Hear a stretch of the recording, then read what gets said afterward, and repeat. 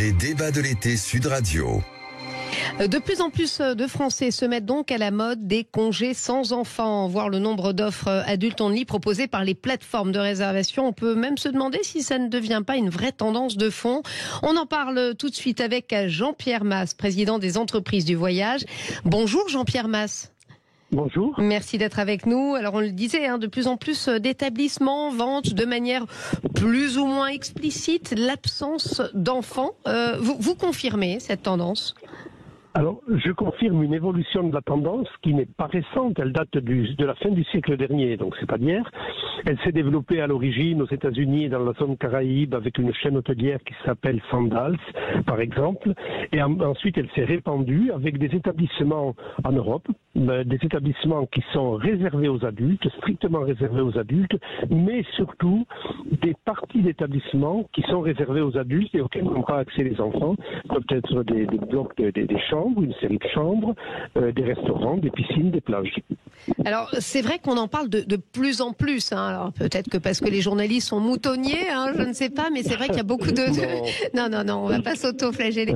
Mais enfin, c'est vrai que voilà, il y a de plus en plus de dossiers, des sociologues qui s'expriment. Il y a eu un livre, d'ailleurs, récemment là-dessus, sur cette tendance. Est-ce que c'est quand même un phénomène qui tend à s'amplifier ?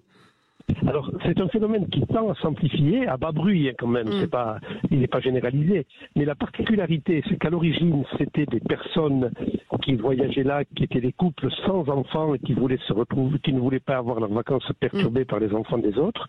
Aujourd'hui, on retrouve dans des zones zen d'hôtels, dans des hôtels ou des établissements ou des chambres d'hôtes à Disneyland, des couples qui ont des enfants et qui, pendant les vacances, ont donné les enfants à leurs parents ou à... Les enfants sont partis en vacances et qui ne veulent pas que leurs vacances soient perturbées par les enfants des autres, par le bruit des enfants des autres. Et ça s'est développé surtout depuis le Covid, depuis le confinement, où des gens étaient habitués à rester entre eux, ou avaient été contraints de rester avec leurs enfants dans un espace relativement réduit et avaient envie de se retrouver un petit peu sans eux pour vivre différemment. Alors vous n'êtes pas sociologue, on ne va pas examiner le changement de la relation à la parentalité, mais quand même ça dit évidemment quelque chose de la société. Ça dit quelque chose de la recherche du plaisir et de l'hédonisme. Ça ne veut pas dire les gens qui partent en vacances dans un complexe adulte only, ça ne veut pas dire qu'ils n'aiment pas les enfants. Certains n'aiment pas les enfants, certains ne les supportent pas. Non, mais certains. Il y en a qui ont des enfants, qui aiment beaucoup les enfants, mais qui veulent vivre un moment de plaisir en couple et non pas avec les enfants. Et ça, c'est dans la vie quotidienne. Quand vous allez au théâtre, quand vous sortez le soir, parfois vous n'amenez pas vos enfants et vous savourez ce moment, ou au restaurant, ce moment de plaisir en couple. Et pourquoi ne pas choisir tout simplement ? Parce que c'est vrai que oui, il y a beaucoup, comme vous le dites, de couples qui ont envie aussi de se retrouver tous les deux, sans leurs enfants, parce qu'ils ont des vies souvent difficiles. C'est d'ailleurs souvent un profil de citadin. Vous me confirmez ça, Jean-Pierre Mas ? C'est plutôt un profil de citadin, et c'est un profil de citadins qui ont des revenus confortables. Parce que les établissements qui ont des zones adultes only sont des établissements qui ne sont pas les meilleurs marchés. Mais à l'inverse, justement, j'allais vous poser la question du budget. Ça coûte aussi très cher quand on veut aller dans de beaux endroits, d'amener des enfants. Avec l'inflation, les restaurants sont de plus en plus chers, les vacances pèsent sur le budget.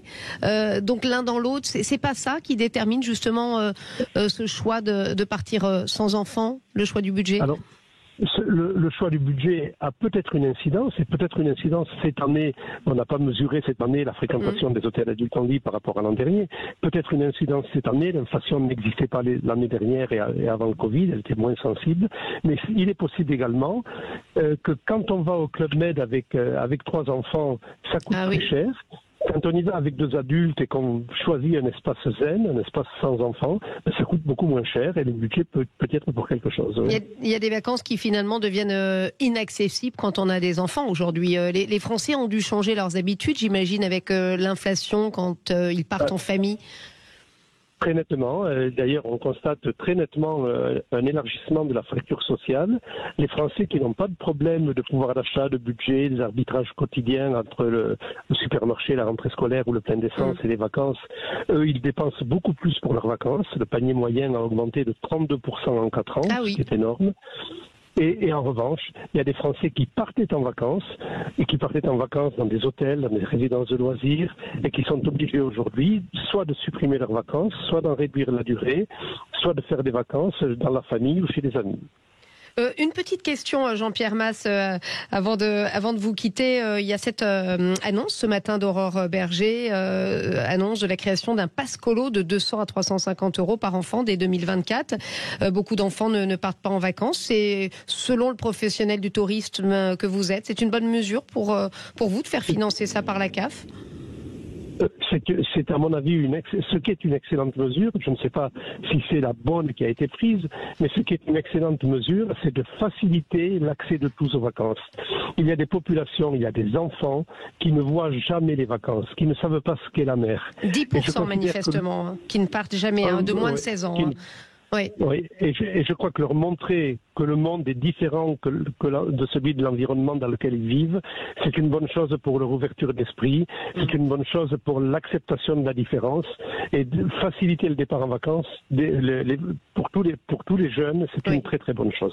Merci beaucoup Jean-Pierre Mas, président des entreprises du voyage, d'avoir été avec nous. Et reste direct sur Sud Radio, soyez les bienvenus. Bon appétit si vous vous apprêtez à vous mettre à table. Vous mangerez peut-être de la baguette à midi, en tout cas. Cette bonne et vieille baguette française fait partie de notre patrimoine. Eh bien, figurez-vous que le ministère de l'Agriculture vient d'annoncer que son taux de sel a diminué de 20% entre 2015 et aujourd'hui. En 2022, la filière boulangère s'était engagée à ne pas dépasser 1,5 g de sel pour 100 g de pain. On en parle avec le président de la Confédération nationale de la boulangerie-pâtisserie française, Dominique Enract. Bonjour Dominique Enract. Bonjour. Merci d'être avec nous, d'avoir accepté de répondre à nos questions. Donc en 2022, la filière boulangère s'était engagée, je le disais, à ne pas dépasser 1,5 g pour 100 g de pain, de sel. La promesse a été tenue ? Oui, tout à fait. Alors vous savez que ça a été un long combat puisqu'on est dessus depuis 2010, le deuxième plan national Nutri-Santé, sur lequel on s'était engagé déjà à 18 grammes de sel par kilo de farine. Et donc ça revient de loin puisque avant le pain, et surtout dans les mauvaises années, était très salé. Donc là, beaucoup d'artisans ont fait le travail à travers les écoles, à travers les concours. On a pu, parce que c'est une profession quand même atomisée où il y en a partout, compliqué de voir tout le monde. Et on voit qu'aujourd'hui, par rapport à ces tests qui ont été faits à la DGCRF, on voit qu'aujourd'hui on est dans les clous, donc on est déjà à 18 grammes de sel par kilo de farine. Alors c'est le ministre de l'Agriculture qui a annoncé justement cette... vous allez nous dire si c'est une bonne nouvelle, mais j'imagine que oui, que ce taux de sel avait baissé. Pour quelles raisons cette promesse justement à l'époque avant tout des raisons de santé ? Oui, tout à fait, puisque le PNNS avait recommandé. On sait ils essaieraient d'avoir 5 grammes de sel par personne et par jour. Aujourd'hui, on doit être à 7 ou 9, je crois. Et on sait que le sel, pour certains, ça peut être dramatique. D'autres, on sait que la santé nous dit qu'il faut réduire. Donc nous, au niveau de nos produits, on veut être aussi, on veut la santé de nos clients. Donc on a fait cette démarche déjà en 2010. Et là, on voit qu'aujourd'hui, ça a marché parce qu'on arrive petit à petit à réduire le sel, parce qu'on peut pas le supprimer. Vraiment, dans la baguette, c'est très important. Ça a donc le goût, la couleur, la croustillance. Ça régule la fermentation, ça conserve l'humidité. Donc c'est vraiment un produit dans lequel on peut pas. D'ailleurs, vous savez, quand on oublie une baguette sans sel, on la ramène dans les 10 minutes. Le client la ramène dans 10 minutes. Donc il faut vraiment le faire petit à petit. Il y a vraiment une limite en deçà de laquelle on peut pas aller sans modifier véritablement le goût. Selon vous ? Écoutez, je pense que 18 grammes, on est bien. Après, s'il fallait vraiment, au niveau qu'il y avait une réglementation, qu'on descende à 16 grammes, bon là, après, ce qu'il faudrait pas, c'est qu'on soit obligé de mettre des choses dedans pour que ça ait du goût. Oui, de toute façon, c'est interdit dans la tradition. Donc là, on reste avec ça. Alors avec des levains, c'est vrai qu'avec une plus grosse fermentation, on arrive quand même à conserver du goût qu'on n'a pas avec le sel. Mais là, je pense que 18 grammes, voire 16 grammes, certains travaillent déjà à 16 grammes, moins. Mais et là, ça pourrait être, à mon avis, je dirais, le seuil en dessous duquel on risque de plus avoir après le même produit. Ça pousse aussi peut-être certains boulangers à être assez créatifs finalement. Tout à fait. Mais écoutez, ça, on fait des levains, on met un tas de choses dedans, et puis aussi le pain quand il est bien travaillé. Et puis ce qu'il faut savoir aussi, peut-être une petite astuce, on a fait des tests au laboratoire LEMPA de l'INDP, avec lequel on s'apercevait qu'un pain qui est plus cuit a moins de sel qu'un pain qui est bien blanc. Ah oui. Il faut le savoir, au moment de l'évaporation, on perd encore du sel. Donc avec ces traditions qui sont bien hydratées et plus une baguette bien cuite, eh bien, elle sera de toute façon moins salée. Alors les États membres de l'OMS se sont engagés à réduire de 30% la consommation de sel de leur population d'ici à 2025. On imagine que les autres pains, pas seulement notre bonne vieille baguette, vont suivre. Oui, tout à fait. C'est déjà le cas dans les tests qu'on a fait. Enfin, dans ces accords, il y avait la baguette, il y avait aussi des pains spéciaux dans lesquels ils ont un peu moins de sel parce que comme il y a beaucoup de graines, ça compense. Et aussi le pain de mie qui lui a 1,2 g parce que lui, le pain de mie est quelque chose de doux, donc il a quand même moins besoin de sel. Donc là, on est vraiment, je trouve, dans les clous et c'est une bonne nouvelle. Oui, effectivement. Alors 10 milliards quand même, mon cher Dominique Orac, de baguettes vendues en France chaque année, environ 320 baguettes englouties par seconde, ça fait beaucoup de baguettes. Avez-vous dû augmenter le prix face à la hausse de vos charges ? Oui, alors c'est quelque chose parce que là on a eu quand même un sale coup en fait cet hiver, toutes les matières premières, la farine, le sucre, les œufs avec la lait aviaire, etc. Bon, il n'y a pas d'œufs dans la baguette, mais d'une manière générale, surtout l'énergie qui était forte, les boulangers ont été contraints d'augmenter. Mais ce qu'on voit quand même aussi, la bonne nouvelle, c'est que la boulangerie a augmenté en dessous de toute cette moyenne alimentaire. Donc on est quand même assez fiers de ça, il a fallu le faire pour la survie de ces boulangeries, mais ils sont restés quand même en gros à 8% en moyenne d'augmentation. Donc ce qui fait que ça, c'est quand même des centimes. Alors ce matin sur notre antenne, le ministre de l'Industrie, Roland Lescure, nous disait que le pire de l'inflation était derrière nous. Vous le ressentez, vous, sur le terrain, en tant que boulanger ? Écoutez, ce qu'on peut voir, on a des chiffres qui viennent de sortir d'une étude du 2P, qui est l'Interpro de l'artisanat, et qui donne quand même où on a eu une perte quand même, et ça c'est dans tout l'alimentaire, voire même tout l'artisanat, même les travaux, etc. Il y a eu une baisse quand même assez importante qui était un peu équilibrée par l'augmentation des prix, mais ce qui fait qu'on est quand même, si vous voulez, il y a une baisse de pouvoir d'achat, une baisse de consommation générale. Et avec évidemment le spectre de l'électricité qui va augmenter à partir d'août, ça vous inquiète beaucoup ? Écoutez, c'est un sujet sur lequel on s'est battu tout l'hiver et qui, la rentrée, parce qu'en fait, c'est là le problème, personne ne sait vraiment où ça va aller. On a quand même quelques pistes et on est dans l'espoir, on a réussi à avoir des accords, des aides, etc. On a pu passer ce cap très compliqué de l'hiver et à la rentrée, écoutez, on repartira au combat si effectivement il y a encore des choses qui peuvent mettre des prix en tout cas, qui peuvent mettre une entreprise en difficulté. Oui, vous comptez en appeler au gouvernement, le cas échéant ? Écoutez, on attend déjà de voir ce qu'il en est. On aura souvent un mois ou deux avant, on voit un peu les cours de l'électricité, mais évidemment qu'on sera en lien permanent avec eux pour tous ces problèmes d'énergie, puisque aujourd'hui c'est pas normal qu'une entreprise puisse fermer à cause de l'énergie. Donc on a eu beaucoup de choses. Et oui, il y a eu des aides, notamment ciblées sur les boulangers. Ça va être terminé maintenant ? Écoutez, pour l'instant, on a quand même ce plafond pour les entreprises de moins de 10 qui sont à 280, même s'il y a une légère augmentation, c'est pas ça qui met en difficulté une entreprise. Et il y a des plus de 10 sur lesquels il y a eu d'autres accords, et puis aussi des prix qui ont descendu. Donc, puisque c'était régulé sur le gaz visiblement, c'est réglé. Donc, je suis assez optimiste pour cette rentrée, pour cet hiver. Et puis, si c'est catastrophe, écoutez, on partira en combat. En tout cas, restons optimistes. Merci beaucoup, Dominique Orac, président de la Confédération nationale de la boulangerie. 12h49 en direct sur Sud Radio. Pape Ndiaye débarqué du gouvernement, nommé ambassadeur de France au Conseil de l'Europe. Les Républicains demandent à Emmanuel Macron de renoncer à cette nomination. Et vous, qu'en pensez-vous ? N'hésitez pas à réagir. 0826 300 300. On en parle avec nos invités. Martin Garagnon, vice-président secrétaire général Renaissance 92. Merci d'être avec nous, Martin Garagnon. Merci à vous. François Piquemal, député LFI de Haute-Garonne, est avec nous également. Bonjour François Piquemal. Bonjour à tous les deux et aux auditeurs. Alors, les Républicains, je le disais, crient à cette nomination, crient au scandale. L'influence de la France en Europe mérite mieux, disent les Républicains, la droite, mais même effectivement d'autres commentateurs s'émeuvent de cette nomination ce matin. Martin Garagnon, votre réaction ? Oui, j'ai effectivement lu les différentes réactions, et notamment le communiqué de presse des Républicains qui est sorti, je crois, hier. qui sur la forme donne un peu le sentiment d'avoir été écrit sur un coin de table un soir au bistrot, tellement il est lapidaire et caricatural, puisque... Vous parlez de celui des Républicains. Des Républicains, oui, pas qui de a la été nomination, le plus virulent, bien sûr, non, mais qui est signé de Éric Ciotti, qui je trouve assez rance et nauséabond. On peut avoir son avis sur Monsieur Papendiaï. La situation, on la connaît. Il n'est plus au gouvernement. C'est bien aussi la preuve qu'il y a un choix qui a été fait de la part d'Emmanuel Macron et de Madame Borne, Première ministre, que ce n'était plus nécessairement l'homme de la situation, en tout cas qui n'incarnait plus le nouveau souffle que le gouvernement voulait donner au ministère de l'Éducation, et le remplacement par Gabriel Attal est aussi un message. Maintenant, inutile aussi de tirer sur un homme qui a rempli sa fonction avec honneur, qui n'a pas démérité dans un contexte difficile, et de préjuger de ses compétences dans un poste qui est tout autre. Poste d'ambassadeur au Conseil de l'Europe, ça n'est pas ministre de l'Éducation. Mais justement, Martin Caragnon, si je peux me permettre, les critiques portent sur le fait que voilà, ce qu'on entend, c'est voilà, il a été recasé avec un salaire confortable alors qu'il a échoué. C'est ça qu'on reproche manifestement à Emmanuel Macron dans cette nomination. Il a échoué, ça c'est une analyse d'ordre politique. Il a incarné une phase qui a duré 1 an. Maintenant, on a constaté aussi, les émeutes ont été aussi quelque chose de symboliquement assez fort qu'il faut aussi savoir entendre. Il a été considéré que Monsieur Papendiaï ne correspondait peut-être plus au souffle qu'il fallait maintenant donner au ministère de l'Éducation. Ça ne veut pas dire qu'il est désavoué dans la globalité de son action.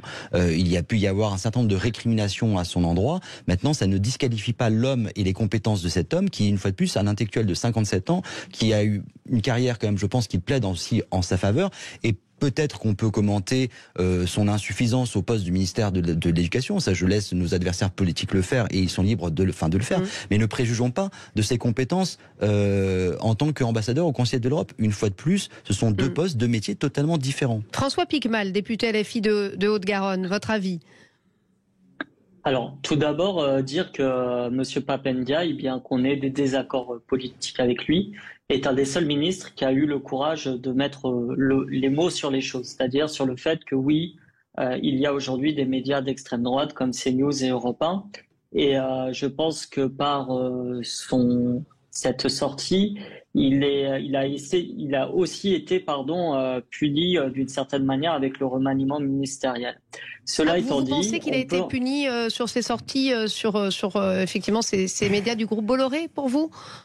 En tout cas, j'attends toujours d'entendre un soutien émanant du gouvernement vis-à-vis de M. Papendiaï. Alors, c'est venu du président de la République. Oui, je pense que ça vous a échappé parce qu'il y a eu un recadrage dans la presse d'Elisabeth Borne et le jour même, le président de la République qui a apporté un soutien. Oui. Le président de la République, c'est pas n'importe quel. Oui, mais François Piquemal, justement sur ce point, je me permets de rebondir. Pardonnez-moi, parce que c'est vrai que le Conseil de l'Europe adhère au Conseil, à la Commission européenne des droits de l'homme qui, elle, prône la liberté d'expression et la liberté des médias, justement. Est-ce que Papendiaï est la bonne personne, justement, pour incarner cette liberté des médias aujourd'hui qui sont diverses et variées dans le paysage, quoi qu'on en pense, Alors, écoutez, moi j'ai trouvé que le soutien de M. Macron et de Mme Borne était quand même très discret et a mis du temps à venir.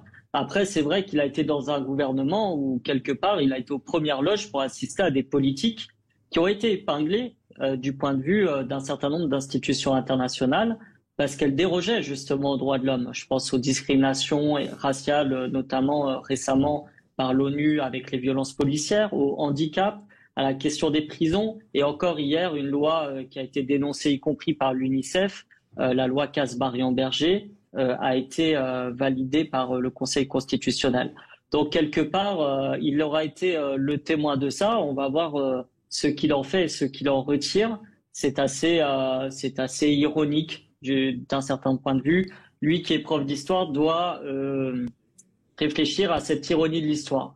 Mais sur sa nomination, je crois qu'au-delà de celle de M. Papendiaï, ce qui cause souci, c'est qu'aujourd'hui, on a un gouvernement qui va imposer France Travail à des millions de personnes, mais qui, lui, pratique en fait qu'on se recase. Christophe Castaner, nommé à la tête du conseil d'administration du tunnel du Mont-Blanc. Jean Castex, à la présidence de la RATP. Pierre-Olivier Costa, directeur de cabinet de Mme Macron, à la tête du MUSEM à Marseille. Emmanuel Vargon, à la tête de la Commission de régulation de l'énergie, Brigitte Bourguignon à l'Inspection générale des affaires sociales, Amélie de Montchalin à l'Organisation de coopération et de développement économique. Donc ça veut dire les ministres en gros recasés, c'est ça que vous reprochez? Forcément, on peut comprendre que les gens, quand ils entendent ça, ils se disent qu'en fait, on impose des contraintes à la majorité des habitants de ce pays, mais que visiblement, il y a des membres du gouvernement qui en sont exempts. Il est vrai que de la part d'un député France Insoumise, c'est assez ironique d'entendre ces propos quand on sait que votre patron est recasé depuis 50 ans dans la vie politique en France. Je trouve que le propos ne manque pas de piquant de votre part. Mais alors, être élu, c'est pas être recasé. Oui. Mais je sais pas, vous êtes sûr. C'est vrai que quand on est élu député d'une circonscription dans laquelle on n'a jamais mis les pieds, oui, c'est un choix d'électeur. Oui. Alors, Monsieur Mélenchon qui incarne le petit peuple, comme il le dit lui-même, ça fait 50 ans qu'il vit sous le palais de la République. Alors, monsieur, je vous ai pas interrompu pour ma part. Ce serait bien d'avoir au moins, si on va avoir un dialogue respectueux, de s'écouter les uns et les autres. Étant donné les scores qu'a réalisé la France Insoumise et Jean-Luc Mélenchon à Marseille, vous savez, je pense qu'il a été assez implanté dans sa circonscription. Par ailleurs, être élu de la République n'est pas un recasage. Si c'est le cas pour vous, on n'a pas la même conception de l'élection et de ce que ça incarne pour notre République. Martin Carignon, c'est vrai que Pape Ndiaye, souvent, ses détracteurs l'associent à une forme de wokisme, je cite tout ce que j'ai lu dans la presse, islamo-gauchisme. Est-ce que c'est un faux procès qu'on lui fait ? C'est un faux procès dans la mesure où effectivement rien dans son exercice en tant que ministre n'a pu nourrir des critiques ou les attaques dont il a fait l'objet. C'est vrai qu'il est spécialiste aussi dans son parcours assez brillant du droit des minorités. Oui, tout à fait. Il a été aussi le président du musée d'immigration. Enfin, il a un parcours qui parle pour lui-même. Maintenant, moi, vous savez, j'ai pas la langue de bois. Je considère qu'effectivement les propos de Monsieur Pape Ndiaye sur les médias du groupe Bolloré, à mon sens, c'était une maladresse à tout le moins, une maladresse d'ordre politique. Un ministre en exercice, à mon sens, n'a pas à commenter la ligne éditoriale de tel ou tel média. La ministre de la Culture également, mais c'est ce qui lui a été reproché. Et simplement pour déminer un peu le propos de votre invité, M. Piquemal, qui considère qu'en fait il a été puni et que c'est pour ces propos-là qu'il a été sorti du gouvernement, je pense qu'on est très très loin du compte. Simplement, lorsque vous êtes ministre en exercice, vous avez un périmètre et pour des questions de cohérence d'action et de discours, il vaut mieux s'en tenir au sujet qui est... Le vrai problème des médias en France serait s'il n'y avait que des médias du groupe Bolloré. Ce n'est pas le cas. Donc on a une pluralité. On a des médias qui sont marqués très très à gauche, des médias qui sont marqués très très à droite. À partir du moment où la pluralité est assurée et garantie, on a l'Arcom en France qui régule aussi les médias, le temps de parole politique, etc. Bon, je pense qu'on est très très loin d'une dictature de médias fascistes. En tout cas, sur Sud Radio, on donne la parole à tout le monde. La preuve. Merci en tout cas Martin Carignon, vice-président, secrétaire général Renaissance 92, et François Piquemal, député LFI de Haute-Garonne. Restez avec nous dans quelques instants. Il est 12h28. Soyez les bienvenus en direct sur Sud Radio. Nous sommes ravis de vous accueillir. Vous savez, la ligne est ouverte 0826 300 300 avec cette question. Aujourd'hui, faut-il réformer les congés parentaux? À peine nommée, la nouvelle ministre des Solidarités a lancé le débat, Aurore Berger, qui évoque l'idée effectivement de raccourcir le congé parental qui peut durer aujourd'hui aux 3 ans de l'enfant pour mieux l'indemniser. On en parle avec nos invités. Martin Garagnon, vice-président, secrétaire général Renaissance 92. Bonjour Martin Garagnon, merci d'être avec nous. Johan Joussaume, secrétaire confédéral de la CSF, Confédération syndicale des familles. Bonjour Johan Joussaume. Bonjour. Alors, tout à l'heure, on aura également une pédopsychiatre, Béatrice Copper-Royer, qui viendra nous donner son analyse, parce que c'est important. Évidemment, ça a un impact sur les enfants, cette éventuelle mesure, parce que pour le moment, c'est à l'état embryonnaire d'idées, si j'ose dire. C'est pas du tout confirmé.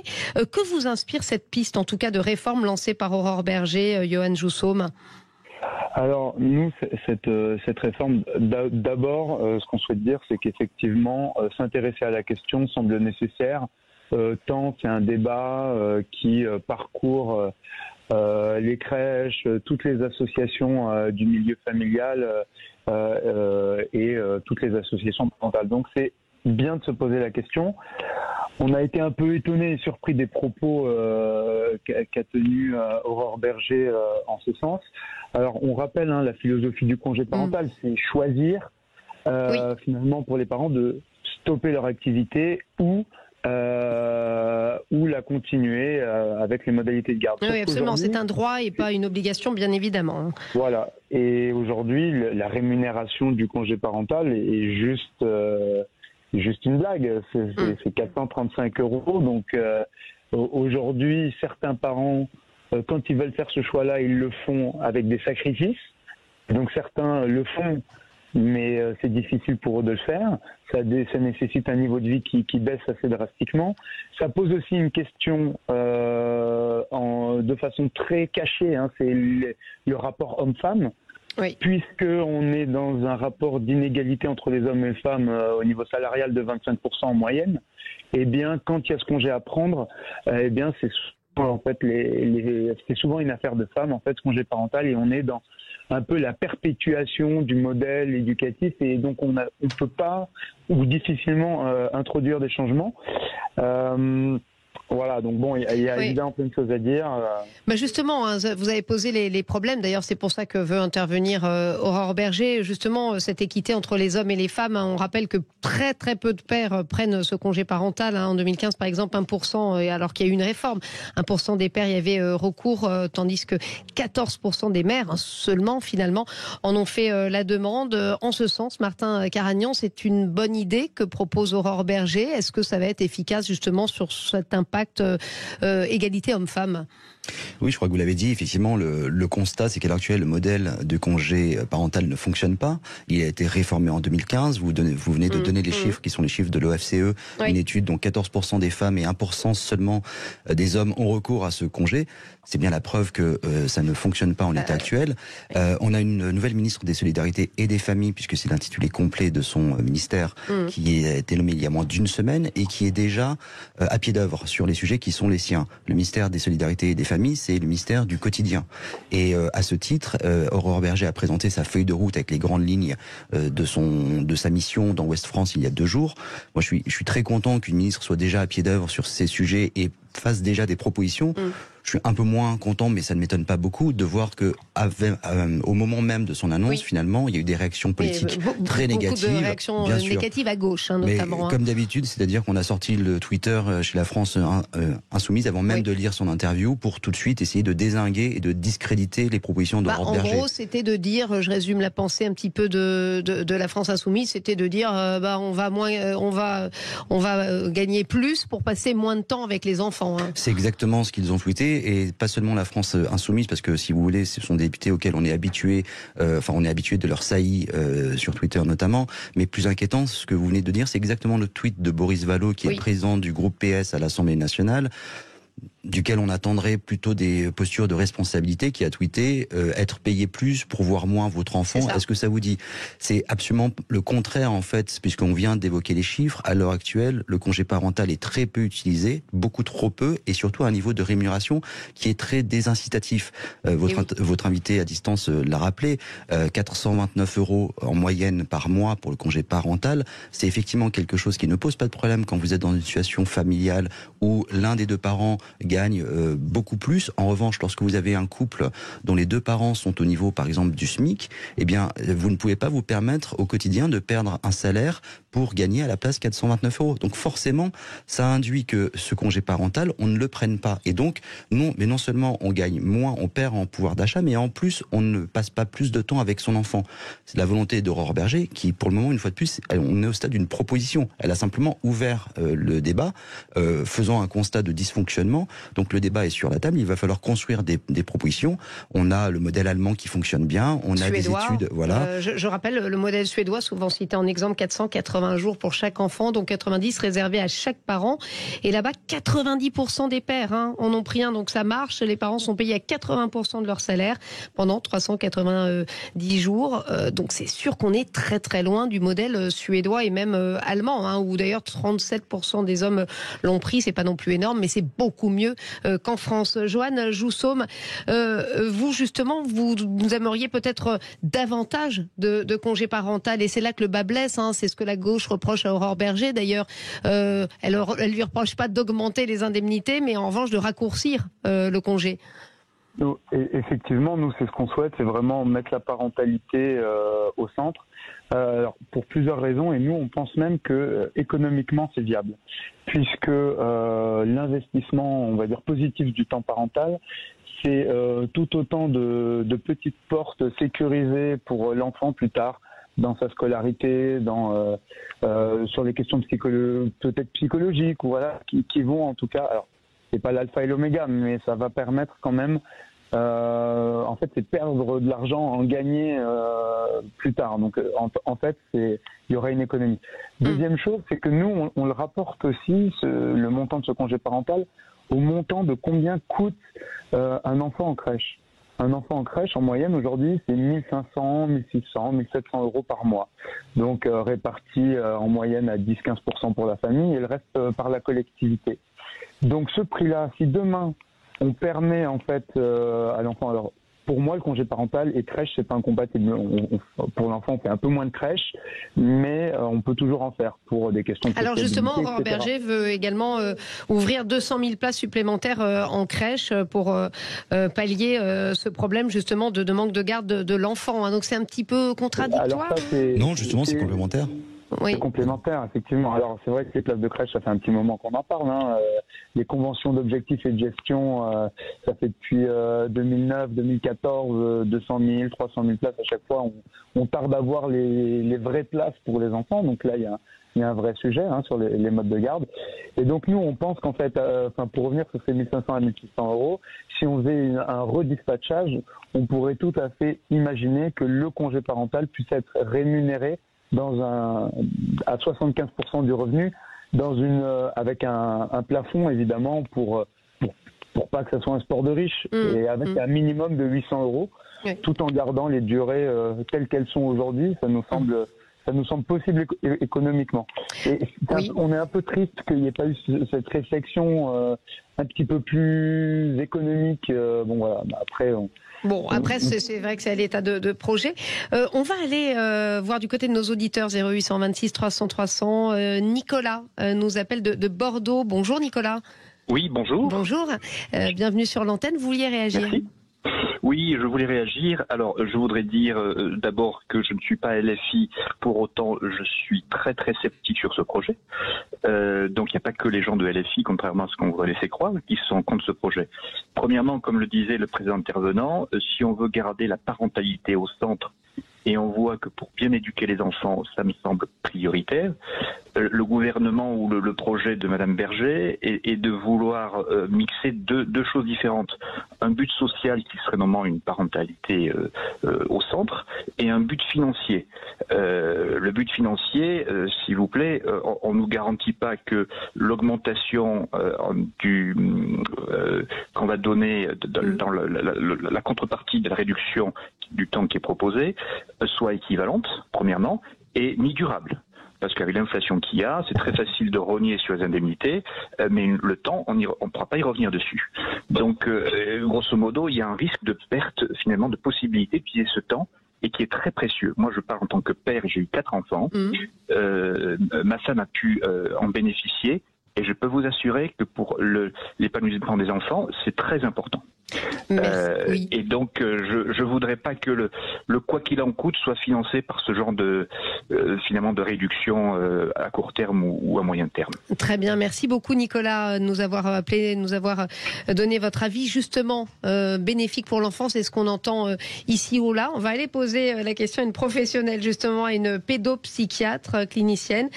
Nous sommes en direct avec Béatrice Copper-Royer. Bonjour Béatrice Copper-Royer, vous êtes psychothérapeute, psychologue clinicienne, auteur de nombreux ouvrages pour les parents sur les enfants. Que pensez-vous justement de cette mesure ? On entend qu'il y a beaucoup d'auditeurs qui se disent voilà, c'est un investissement finalement pour l'avenir et c'est bon pour les enfants. Vous confirmez ? Oui, je confirme absolument que c'est absolument pas du luxe parce que ces premiers mois de vie de l'enfant et pour les parents et pour l'enfant sont absolument essentielles. Et les enfants se développent socialement, émotionnellement dans une interaction, dans ce qu'on appelle un lien d'attachement avec une figure parentale, le plus souvent la mère, mais ça peut être aussi un père. Et c'est à cette condition, c'est-à-dire que le lien d'attachement soit suffisamment fort, solide, qu'ils vont se développer dans la sécurité. Donc, pardonnez-moi, Béatrice Copper-Royer, combien de temps vous estimez justement ce passage entre guillemets un petit peu obligé, selon vous, au bout de combien de temps se fait vraiment l'attachement dont vous parlez? En tous les cas, il faut certainement 2 mois, parce qu'il faut aussi que le parent puisse investir ce bébé, notamment quand c'est un premier enfant. C'est une véritable révolution, un premier enfant. Donc, tout d'un coup, on a eu un enfant rêvé dans la tête, et puis on se retrouve avec un bébé en chair et en os. Donc, il y a un temps d'adaptation mutuelle qui est nécessaire, qui parfois va déclencher un peu d'anxiété. Et donc, le temps apaise tout ça. Et je pense que il faut certainement plusieurs semaines, oui, certainement, moi je dirais presque un trimestre pour qu'il y ait quelque chose de l'ordre de la sécurité qui se passe. Là, on vise au-delà, hein, puisque ça serait 1 an, hein, si j'ai bien compris, à minima. En tout cas, c'est ce que font les autres pays, 481 jours, hein, pour la Suède. Ça paraît en tout cas être une bonne mesure. Oui, ça, certainement, mais si vous voulez, il y a de toute façon un minimum. Ensuite, il peut y avoir aussi un choix, parce que 1 an, ça peut être long, par exemple, dans une vie professionnelle. Et il y a aussi, par exemple, on peut mettre un enfant à la crèche, moi je trouve assez idéalement à partir de 6 mois, pour qu'il développe aussi, à partir du moment où le socle il est créé, où la relation elle est suffisamment rassurante, il peut aussi, on n'est pas obligé d'être dans une dévotion permanente non plus. Ça, c'est la théorie de Winnicott. La dévotion, elle n'a qu'un temps. Et à partir du moment où l'enfant va être mis dans un univers suffisamment adapté et rassurant, les parents peuvent aussi s'en éloigner un peu, vivre. Voilà. Donc, les vacances sans enfants, on en parlait tout à l'heure, mais bon, rien à voir.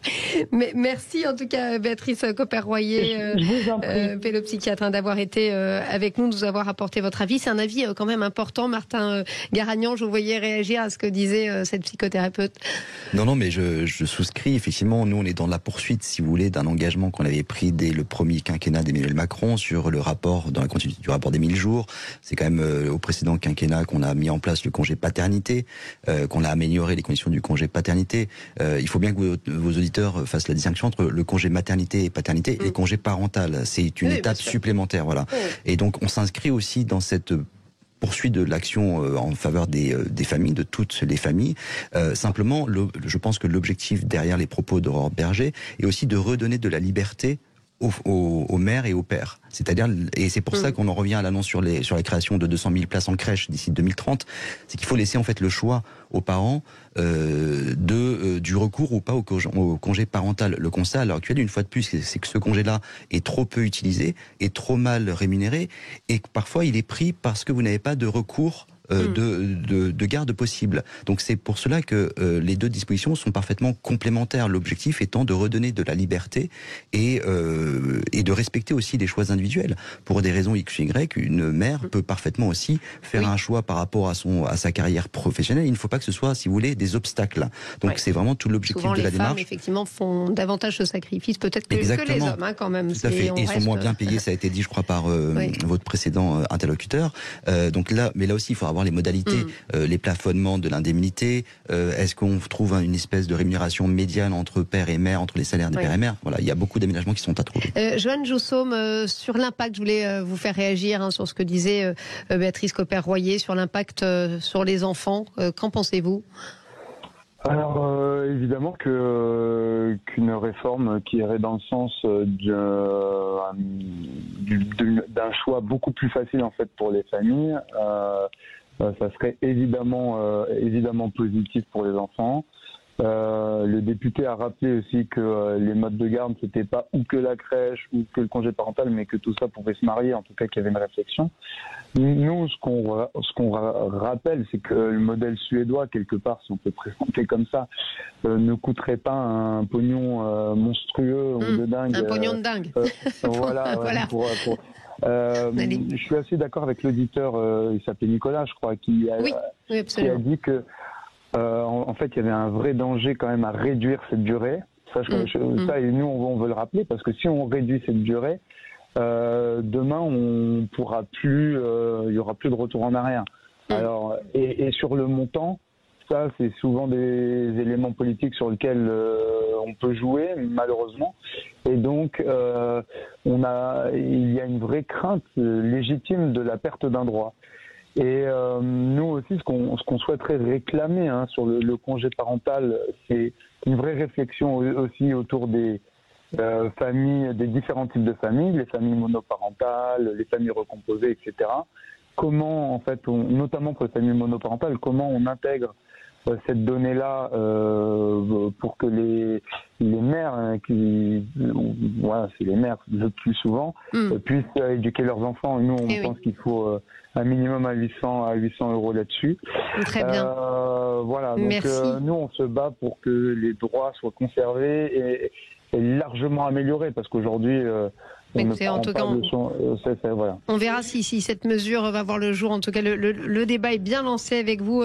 Merci beaucoup, Joanne Joussom, excusez-moi, j'avais perdu cette petite feuille avec le nom de mes invités, excusez-moi. Et Martin Garagnon, on vous garde avec nous puisqu'on va aborder un tout autre sujet. L'ancien ministre de l'Éducation, Pap Ndiaye, nommé ambassadeur auprès du Conseil de l'Europe. La droite s'emballe, demande à Emmanuel Macron de renoncer. Que vous inspire cette nomination? Vous en débattrez, Martin Garagnon, avec François Picmal, un député LFI de Haute-Garonne. Et puis, évidemment, n'hésitez pas, chers auditeurs, 826 300 300. Les débats de l'été Sud Radio, midi 13h30, Stéphanie Demuru. Il est 13h09 en direct sur Sud Radio, l'heure d'accueillir mon invité Stéphanie Pérez, grand reporter à France Télévisions depuis plus de 25 ans. Elle s'est rendue plusieurs fois en Iran, elle a couvert différents conflits, de l'Irak à la Syrie en passant par l'Ukraine plus récemment évidemment. Elle a publié récemment son premier roman, Le Gardien de Téhéran, chez Plomb. Bonjour Stéphanie Pérez, ravie de vous accueillir dans ce studio. Alors Le Gardien de Téhéran, c'est l'histoire du gardien de musée de Téhéran, un homme seul face à la menace des religieux fanatiques qui a réussi à sauver 300 chefs-d'œuvre d'art moderne. À la base, c'est une histoire inspirée de vos propres reportages. Oui, le gardien de Téhéran, en fait, je l'ai rencontré en 2016 lors d'un reportage pour France 2. C'était un reportage sur ce musée d'art contemporain de Téhéran qu'on ne connaît pas finalement, parce qu'on n'imagine pas forcément qu'à Téhéran, il y a 300 chefs-d'œuvre, des Warhol, des Picasso, des Monet, des Gauguin. Et j'ai rencontré le gardien de ce musée et j'ai découvert son histoire. Et en fait, je me suis rendu compte que ce monsieur, qui était issu des bas quartiers, au moment de la révolution islamique, en 1979, il s'est retrouvé à protéger ses tableaux contre les fanatiques religieux. C'est un monsieur qui n'y connaissait rien à l'art, mais qui était tombé amoureux, littéralement, tombé en amour devant ses tableaux. Et il a été très malin et il les a empêchés d'être détruits. Parce qu'il faut rappeler qu'à l'époque, au moment de la révolution islamique de 1979, quand Khomeini et ses hommes prennent le pouvoir, ils veulent détruire tout ce qui représente de près ou de loin l'Occident. Donc à l'époque, ils brûlent les cinémas, ils détruisent les théâtres, ils détruisent les bars de restaurants. Et ces tableaux qui venaient d'Occident étaient directement menacés. Bien sûr. Donc ça veut dire que le personnage de Cyrus existe donc bel et bien. Mais vous en avez fait un roman et pas un documentaire. Pourquoi ? Alors au départ, je voulais en faire un document journalistique parce que c'est mon travail à la base. Moi, je suis pas écrivain. Donc j'ai commencé à faire une enquête comme tout journaliste. J'ai commencé à rencontrer les personnages, j'ai discuté avec lui, je me suis renseignée sur le contexte. J'ai passé beaucoup de temps, beaucoup de travail de documentation. Mais très vite, j'ai eu un souci, c'est que c'est compliqué d'enquêter en Iran. C'est une période, la période qui précède la révolution islamique, qui reste encore tabou. C'est compliqué aujourd'hui d'obtenir des informations rigoureuses, exactes, qui ne soient pas fantasmées. Et puis, le gardien m'a raconté un peu de son histoire, mais il n'a pas tout voulu me dire parce qu'il avait peur. Eh ben oui, encore. Encore aujourd'hui. Il avait peur que ce qu'il puisse me dire à moi, journaliste étrangère, occidentale, puisse se retourner contre lui. Il avait peur d'avoir des problèmes, mais surtout, ce qu'il craignait, c'était qu'on l'empêche de voir ses tableaux. Et ça, pour lui, c'était la catastrophe absolue. Ah oui. Il me disait, si je ne vois plus mes tableaux, moi, je meurs. C'est fou. Donc, du coup, comme je ne voulais pas, mon objectif, c'était pas qu'il ait des problèmes. Du coup, j'ai basculé. J'ai laissé tomber l'idée de faire un document et je me suis lancée dans la fiction, ce qui me permettait aussi d'avoir plus de liberté et puis de traiter cette période de l'avant-révolution islamique que finalement aujourd'hui beaucoup de jeunes ignorent et sur laquelle il est intéressant de se replonger, surtout à la lecture de ce qui se passe en ce moment. Manifestement très intéressant, puisque c'est vrai qu'on oublie un peu vite peut-être que ce qui frappe justement dans ce roman, c'est que l'Empire du Shah, il n'était pas aussi idyllique que ce qu'on veut parfois en retenir aujourd'hui. C'est vrai qu'aujourd'hui on a l'image de cette république islamique qui est très dure, de ces religieux qui tiennent le pays d'une main de fer. On a tendance à oublier que si les religieux sont arrivés au pouvoir, ce n'est pas non plus par hasard. Si le Shah, on en parlait tout à l'heure, a été forcé à l'exil, c'est que c'était un dictateur. Et que la population, alors certes une partie de la population vivait dans l'opulence, vivait dans les fastes. Il fallait être du bon côté de la barrière, comme souvent. Oui, il fallait être du bon côté de la barrière. C'est sûr que le Shah et son épouse, l'impératrice Farah, voulaient ouvrir le pays sur l'extérieur. Il y avait une véritable volonté de créer des ponts avec l'Occident, d'ouvrir, d'amener les jeunes à l'éducation, de développer les écoles. Oui. Mais il y avait une phase beaucoup plus sombre. Il y avait la répression, il y avait la police politique, il y avait une liberté d'expression qui était réduite à son minimum. Et c'est pour ça, à l'époque, qu'il y a eu la révolution. On le voit d'ailleurs tout au long de votre livre avec le personnage féminin d'Azadeh, c'est bien ça, cette police, on a tendance effectivement à l'oublier. Aujourd'hui, même revendication finalement qu'en 1979, la recherche d'égalité sociale, moins de répression, on retourne au point zéro. C'est pour ça que c'est très intéressant de se replonger aussi dans les origines, dans les racines de cette République islamique, parce que, encore une fois, en 1979, la population, qu'est-ce qu'elle veut ? Elle veut plus d'égalité, elle veut moins de répression, elle veut plus de liberté d'expression, et c'est pour ça que la foule se soulève. Mais ce mouvement, il a été très long à se mettre en place. Ça a mis plus d'1 an et demi, 2 ans pratiquement, avant que le Shah soit forcé à l'exil, parce qu'il a été aussi lâché par ses partenaires occidentaux, par les États-Unis notamment. Mais ça a été un mouvement assez long. Et quelque part, aujourd'hui, cette jeunesse qu'on a vue se révolter l'année dernière, elle a effectivement les mêmes revendications. Elle veut la liberté d'expression, elle veut avoir le droit de choisir. Et surtout, cette jeunesse, elle n'a pas connu cette révolution de 1979. Les jeunes femmes, aujourd'hui, n'ont pas connu cette révolution. Dans le roman, effectivement, le personnage d'Azadeh, à un moment donné, par opposition, se met le voile. Incroyable, oui. Mais c'est pas un signe religieux. À l'époque, beaucoup de femmes on se sont mis à porter le voile, mais pas parce qu'elles étaient religieuses. Oui. C'est parce que c'était devenu un symbole d'opposition au Shah. Sauf que ça s'est un petit peu retourné contre eux, parce que on sait la suite. Les religions ont pris le pouvoir. Qu'est-ce qui s'est passé ? Au départ, comme je vous le disais, c'était pas du tout une révolution religieuse, c'était une révolution sociale. Il y avait les intellectuels, la gauche iranienne était aux avant-postes, et les religieux effectivement faisaient partie de ce mouvement, parce qu'il faut le rappeler aussi que dans les mosquées étaient les seuls endroits où on pouvait s'exprimer librement. Et au départ, la gauche iranienne a fait l'erreur de se dire on va faire alliance.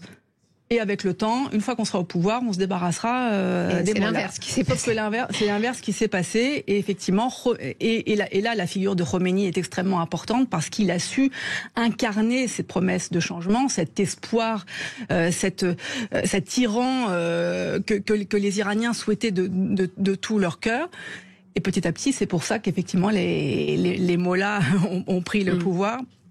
Le piège s'est refermé sur la population. Alors récemment, c'est pour ça que votre histoire est intéressante, elle fait écho à l'Iran moderne aussi. En septembre, on rappelle une date symbolique, cela fera 1 an qu'une jeune kurde iranienne, Mahsa Amini, aux mains de la police des mœurs, a trouvé la mort, déclenchant une vague de protestations inédites dans l'histoire du pays.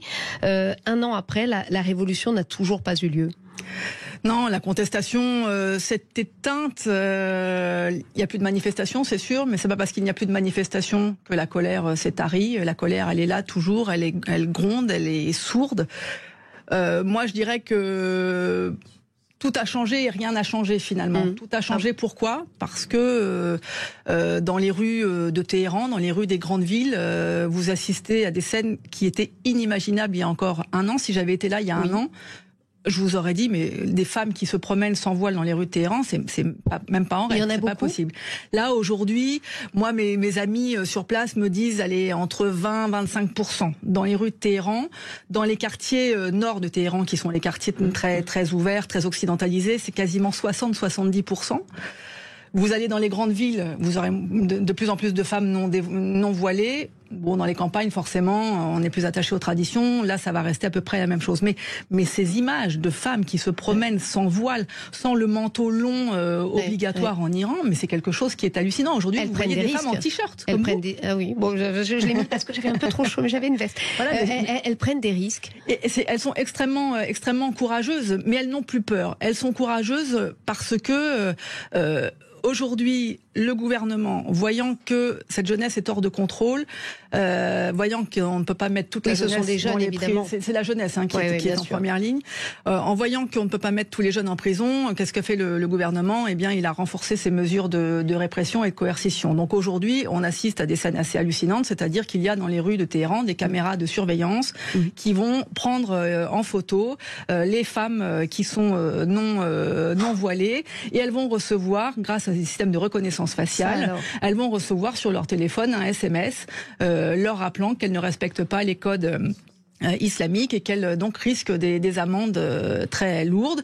Même chose pour les femmes qui sont au volant. Moi, je sais qu'une de mes amies là-bas me dit, bon, dans les rues, je mets plus le voile, mais au volant, je mets le voile parce que le risque, c'est qu'on va me confisquer ma voiture. C'est la menace qu'on fait planer aux femmes qui conduisent sans voile. Mais malgré tout ça, les femmes aujourd'hui n'ont plus peur. Et ça, quelque part, c'est quand même une énorme victoire, même si, parallèlement, rien n'a changé, parce que le gouvernement est toujours en place et la République islamique est toujours en place. Mais rien n'a changé parce que peut-être que tout le monde n'a pas suivi non plus ce mouvement. On rappelle que l'Iran est quand même dans une situation économique extrêmement difficile et tout le monde n'a pas pu, si j'ose dire, se payer le luxe peut-être d'une révolte. Exactement, c'est un peu comme ça aujourd'hui que les jeunes à qui moi je suis en contact analysent la situation en disant voilà, c'est sûr que toute la jeunesse des universités était dans la rue parce qu'il faut le rappeler, c'est une jeunesse qui est ultra connectée. C'est pas forcément l'image qu'on a de l'Iran, mais ils ont tous le dernier mobile à la mode. Ils ont tous les VPN pour contourner la censure. Enfin, ils sont ultra connectés avec le reste du monde. Mais c'est sûr que le reste de la société, les classes moyennes, les classes ouvrières, même si elles soutenaient, dans le fond, ce mouvement pour plus de liberté, pour plus d'égalité, n'ont pas forcément suivi parce que, comme vous l'avez dit, en ce moment, il y a une crise économique qui est terrible. Officiellement, l'inflation, c'est 50%, mais on atteindrait 150, 160% on se plaint officieusement. En France, mais voilà, là, 150%. Les gens, il y a beaucoup de suicides. On voit de plus en plus fleurir dans les rues de Téhéran des petites annonces de gens qui vendent leurs organes parce que là-bas, c'est autorisé. Donc, la population est vraiment dans une situation très difficile et c'est pour ça que beaucoup, même s'ils soutenaient le mouvement, ne l'ont pas rejoint parce que ils ne peuvent pas se permettre de perdre le peu qu'il leur reste finalement, et c'est ce qui a manqué. C'est ce qui a manqué il y a un an. Mais les autorités iraniennes le savent très bien, le feu couve toujours et il suffit d'une étincelle. Et quelle peut être cette étincelle ? Est-ce que la révolte, elle peut finalement venir de la diaspora ? Alors la question de la diaspora est très intéressante. La diaspora a été très très importante pour communiquer autour de ce mouvement, pour le rendre visible à l'extérieur. Le problème maintenant de la diaspora, c'est qu'il faut aussi qu'elle puisse se structurer. Et pour l'instant, on voit qu'il y a eu des tentatives, mais ça n'a pas abouti.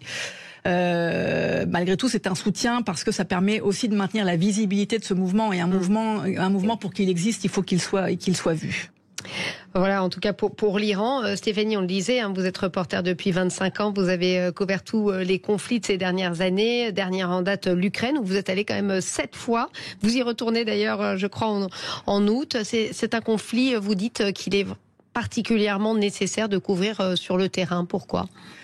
Oui, c'est un conflit qui qui est très important, c'est important pour moi, en tous les cas, en tant que reporter, d'y aller et de témoigner de ce que je vois. Parce que on le sait tous, on le vit tous depuis 1 an et demi. C'est un conflit qui a des conséquences sur notre vie quotidienne à nous, en France, en Europe, dans toutes les relations internationales. Ça a bouleversé tout l'échiquier international.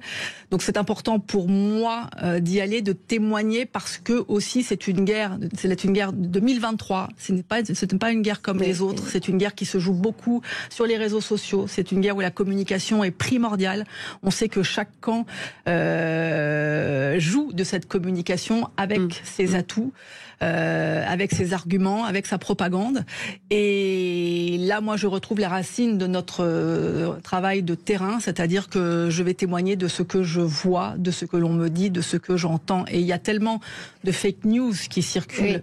Des deux côtés, parce que oui, alors c'est vrai que c'est un discours qu'on entend et qui est un petit peu tabou quand même. On part du principe parfaitement véridique que Vladimir Poutine est effectivement l'agresseur, il n'y a aucun doute là-dessus, mais voilà, on occulte du coup qu'il y a peut-être une désinformation du côté ukrainien également, et vous le dites. En tous les cas, l'Ukraine maîtrise parfaitement sa communication. On sait que le premier d'entre les Ukrainiens est un ancien acteur qui joue parfaitement des réseaux sociaux, de son image. Moi, sur le terrain, je vois comment fonctionne l'armée ukrainienne. Nous avons accès à certaines informations, mais pas à toutes. Donc c'est sûr que l'Ukraine sait parfaitement maîtriser sa communication d'une autre façon que la Russie maîtrise sa communication. On n'est pas en Ukraine dans un monde parallèle comme peut l'être la Russie actuellement, mais c'est sûr que la communication est très importante côté ukrainien.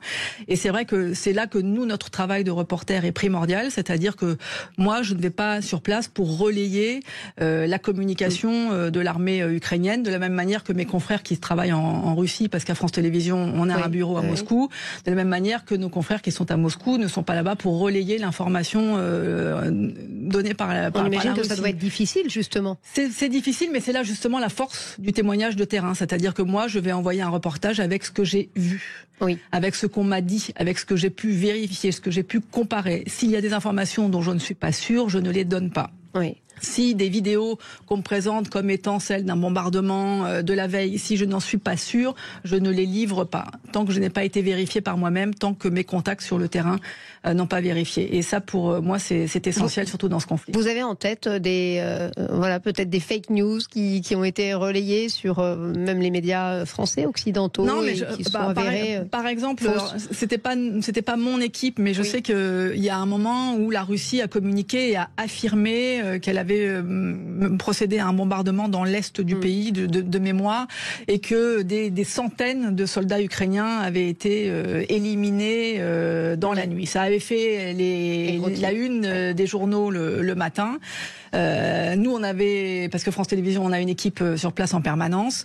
L'équipe est allée sur place, est arrivée, n'a rien trouvé, n'a rien vu, a collecté les informations, et tout le monde leur a confirmé qu'il n'y avait jamais eu de soldats ukrainiens à cet endroit-là. Il n'y avait pas du tout, il y avait un petit cratère, mais pas un énorme cratère. Donc voilà, l'équipe sur place a pu procéder à son travail de vérification de l'information, et on a pu assez vite mettre fin à cette rumeur qui circulait sur les réseaux sociaux. Merci beaucoup Stéphanie Pérez, c'était passionnant. Je rappelle le nom de votre premier roman, peut-être pas le dernier, Le Gardien de Téhéran, publié chez Plomb. Restez avec nous dans quelques instants, c'est Jacques Pessis sur Sud Radio en direct.